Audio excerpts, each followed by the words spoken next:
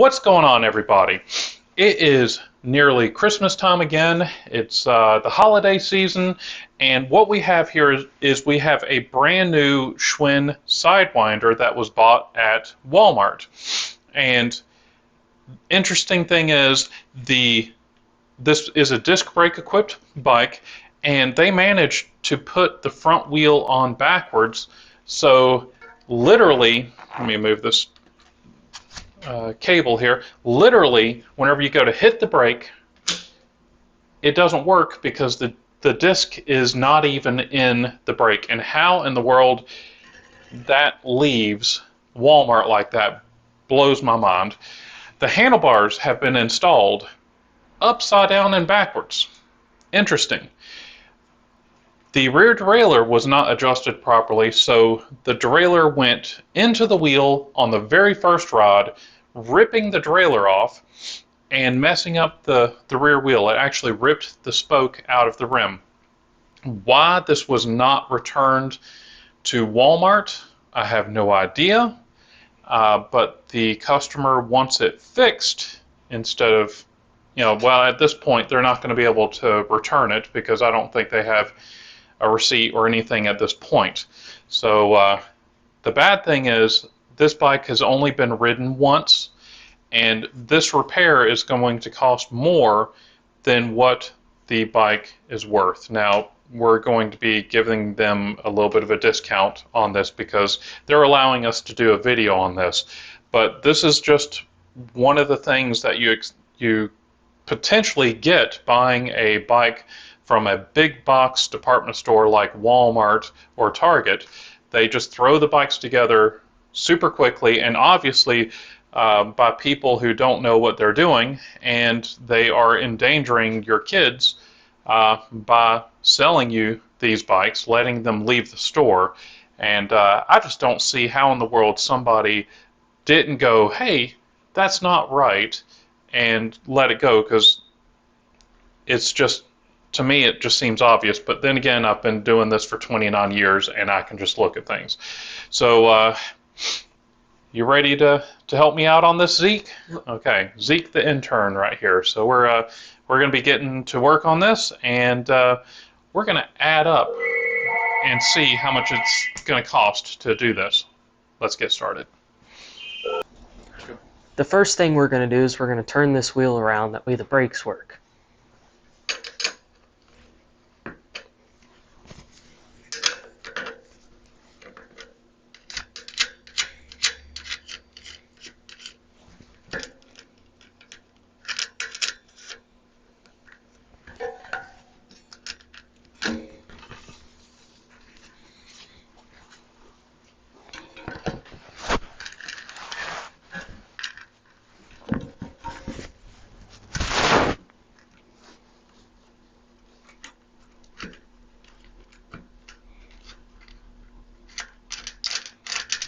I was about to say, whoa, they had the washer on backwards. Yep, they had the washer on backwards as well.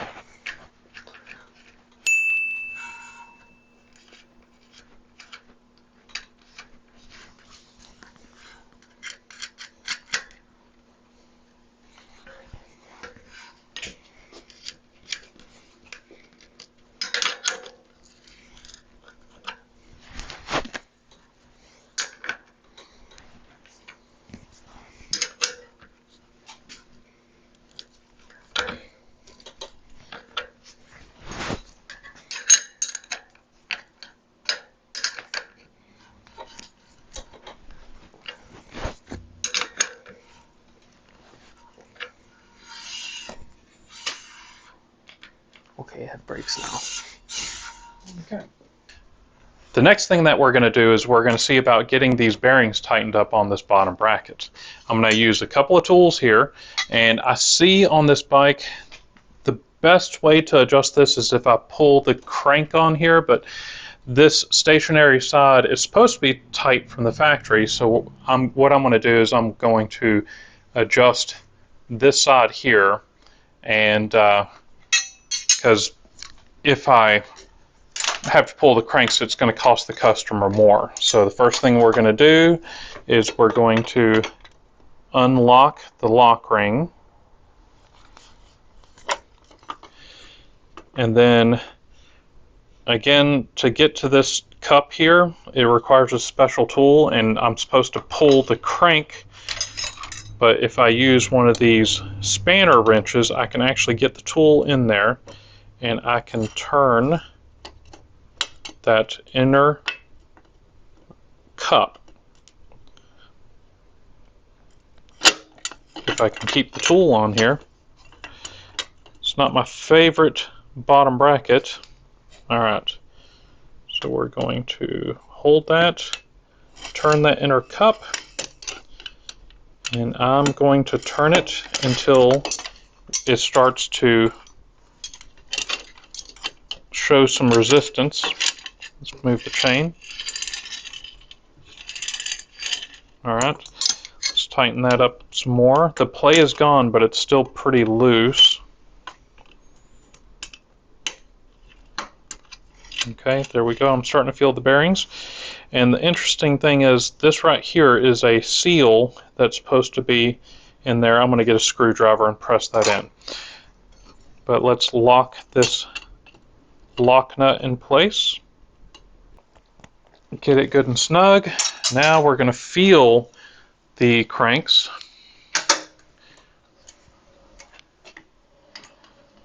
Bearings are a little bit tight, but it spins easily, and I can guarantee you it's going to loosen up a lot. Now I'm going to cram that seal back into place. I just need a screwdriver. The next thing that we're going to do is we're going to take the wheel out of the dropout to the truing stand. We're going to fix this spoke that broke off during riding.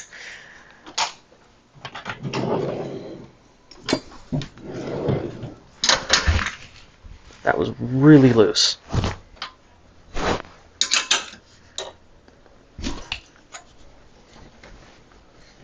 You can definitely tell that one nut was barely on and the other one was tight.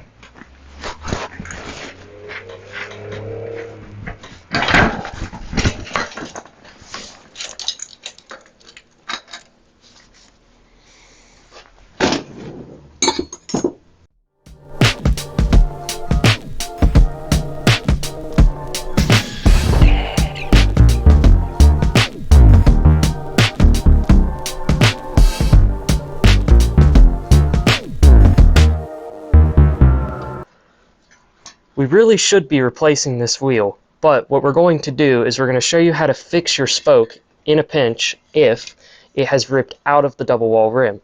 What we're going to do is you're going to remove the rim strip, then you're going to find a washer that'll go through the double wall but not through the nipple hole.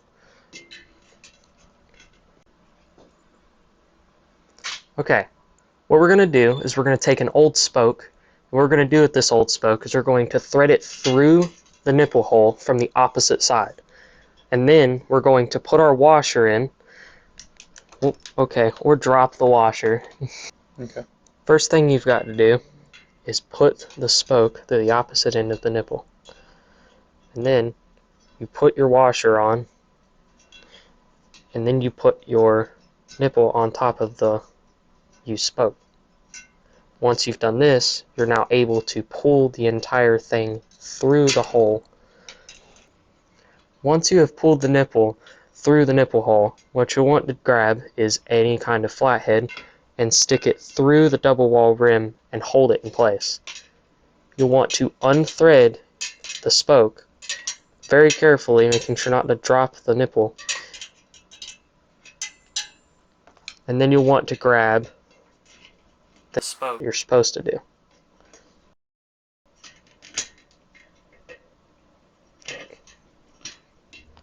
Now grab the original spoke and thread the nipple into place with the screwdriver.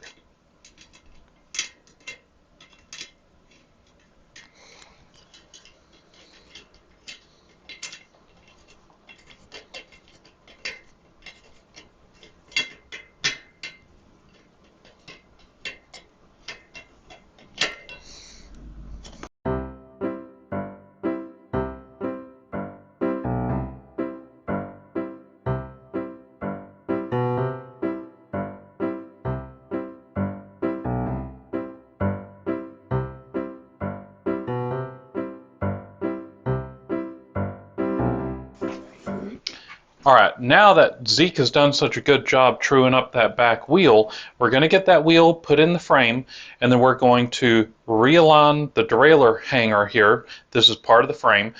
When the derailleur went into the wheel, it bent it a little bit. We're going to straighten that out, and then we're going to replace this derailleur. Let's get started.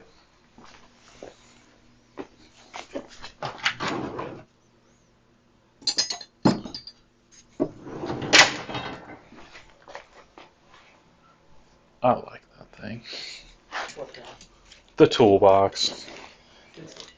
It is.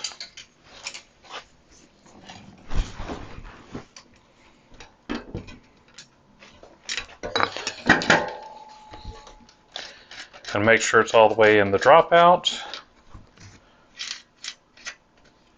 Tighten this up.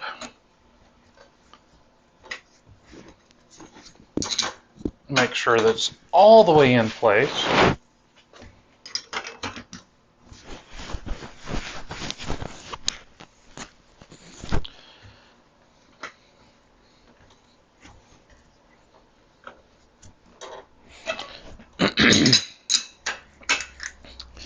Now, I don't know what y'all are going to be doing this holiday. I'm going to be working. Since Christmas and New Year's kind of falls on a Sunday. Sunday? Yeah, Sunday. We don't get to go anywhere. Last year it didn't fall on a Sunday, and we were able to take a nice long weekend. It was nice. All right, so wheel is in the dropout all the way. We're going to screw the derailleur alignment gauge, and feels like the threads were boogered up a little bit because I'm definitely screwing it in there straight. Well, let's make sure.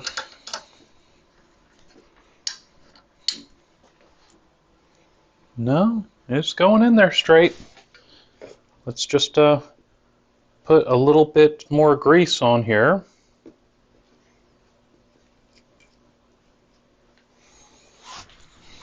And then we'll just drive it in. So we're using a Park Tool derailleur alignment gauge. This one's the Park Tool DAG 2.2, and the DAG stands for derailleur alignment gauge.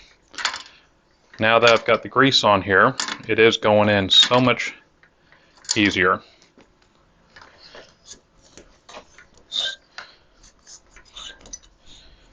And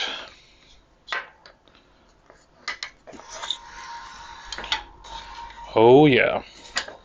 Although it's not as bad as I thought it was going to be, but it's still out. So what I do is I get this little probe to touch the rim at the valve, and then I go around seeing if it stays in the same spot. So it's kind of gone in here and it's coming out over here. So I'm going to find the worst spot, give it a little tweak, and then start all over again. Reset the probe and go around. Okay, again, find the worst spot. It's still a little tweaked here. I'm going to go for about half of the distance. You don't want to bend it all the way because that means that it's going out. All right, so I overcompensated. Life story. Reset it, and you keep going back and forth until you find a good compromise. Either it goes dead on straight or close enough for government work.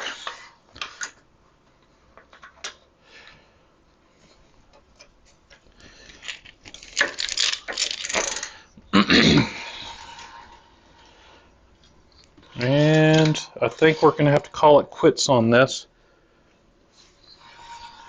Try it one more time, because it's pretty close.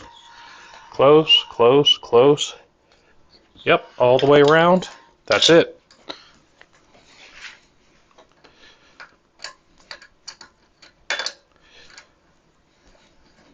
All right. Since this is going to cost so much, I'm not putting a really nice derailleur on here. I'm just going to put a micro shift on here, which is no better than what was on here. This one is a power derailleur.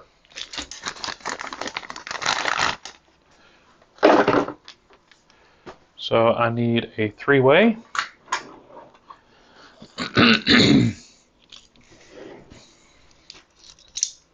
It's nice to just pull a drawer open and there it is. Now that the derailleur hanger is straight and we've got the derailleur on here, I made sure that the shifter was in 7th gear. It's in 7th gear here. Now we just have to hook up the derailleur. And I'm just making sure that the cable is in the proper spot. You can normally see where you're supposed to clamp it, but if you pay attention, there's like a little indentation where the cable is supposed to go. And some derailleurs will even have an arrow pointing to a spot.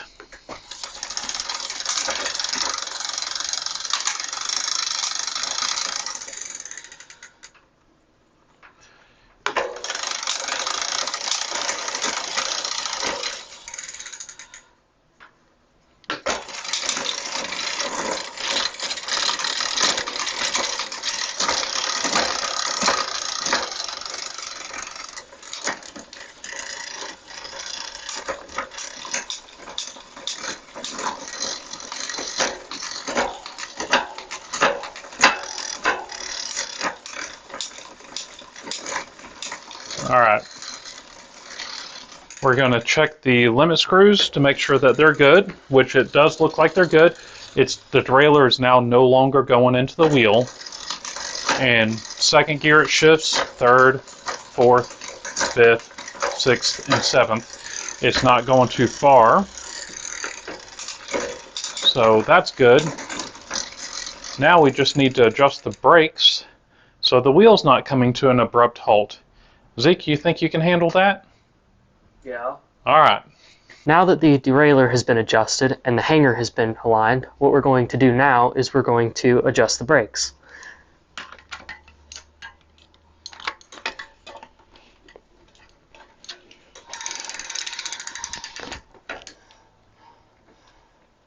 What we're doing is we're going to move the entire brake system by loosening these 2 bolts right here, which will allow for it to move freely for adjustments. Is that loose? And what this does is this allows to adjust where the brake pads are. What you want to do when you're adjusting the brakes is you want to pull the lever down lightly until it's just contacting the disc. Once you have the caliper adjusted in place and just a little bit tightened, make sure that it's not moving, the brake disc is not moving when you pull the brakes. Here, let's see that spinning again, because it was stopping an awful lot earlier. It's not stopping as quickly, but the disc is bent a little bit. Now that the brakes are adjusted properly, we're going to make sure all the bolts are good and tightened, and then we're going to move on to the next project. Okay, we are almost done with this bike. Let's get these handlebars flipped around the way they're supposed to, and then we can take this bike out for a test ride after we finish to make sure that nothing else is going to fall apart on this bike.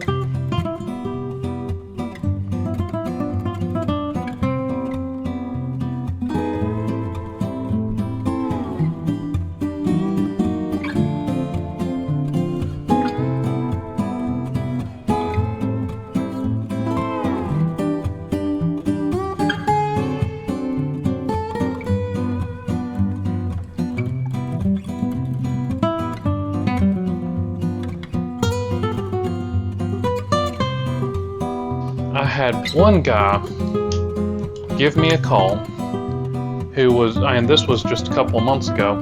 He said that he got hired by an assembly company to put bikes together. And he was calling me because he said, honestly, I've never put a bike together in my life. And if you will show me what I'm supposed to do, I will build a bunch of bikes for you for free if you just show me how to do it. And I'm like, I'm sorry, I don't have enough room for that. This was before you showed up. Okay, so let's get this brake repositioned. We'll put it on the floor and get everything adjusted like it's supposed to be. Get this back around. Now, just to clarify, the gentleman that wanted me to teach him how to build bikes thought I could teach him how to build bikes in one day. It takes weeks. Okay. We've got everything tightened here. We even checked the stem to make sure that it was properly tightened using a torque wrench. And some of y'all will laugh about that, but it's actually important to use a torque wrench because, again, we're talking about the safety of your kid. So let's go ahead and find a helmet and go for a test ride. So how much did this cost? First, we had to put a derailleur on there. The derailleur was $15. Installation of the derailleur and straightening the derailleur hanger that got damaged when the derailleur went into the wheel, $22. $26 to fix the rear wheel, $14 to adjust the front derailleur that was not adjusted properly,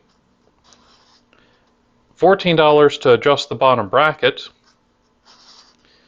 $12 to get the handlebar put in the proper position, $14 to adjust the front brake, $14 to adjust the rear brake. The subtotal is actually $131. Tax, $8.84, which brings the total to $139.84. The value of the bike is about $75 used. A new Sidewinder is $198. I would have returned this bike in a heartbeat if I could have. They could not do that. A new Sidewinder is $198. However, if you buy that Sidewinder from Walmart, then you might be right back to all this repair work, $139, if you were to ride it without making sure everything was adjusted properly. What would you do? All right, let's take this thing for a spin.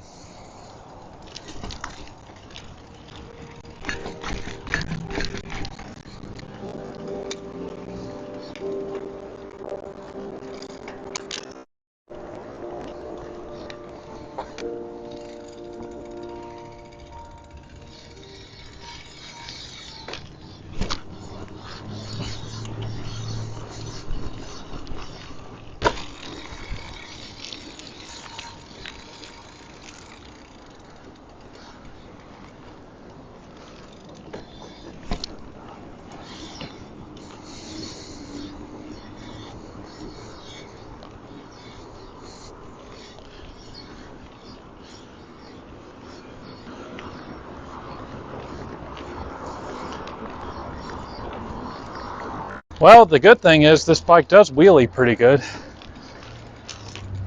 Keep those arms straight, lean back, drag the brake.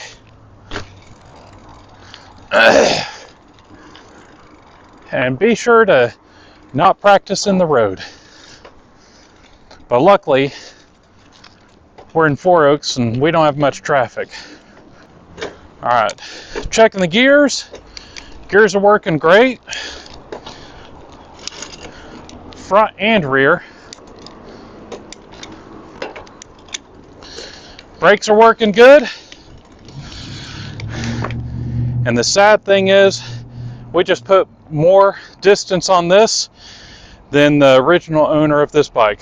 If you liked this video, please leave me a big thumbs up. If you're not subscribed, please consider subscribing to the channel. Check out some of the other videos on the corner of the screen.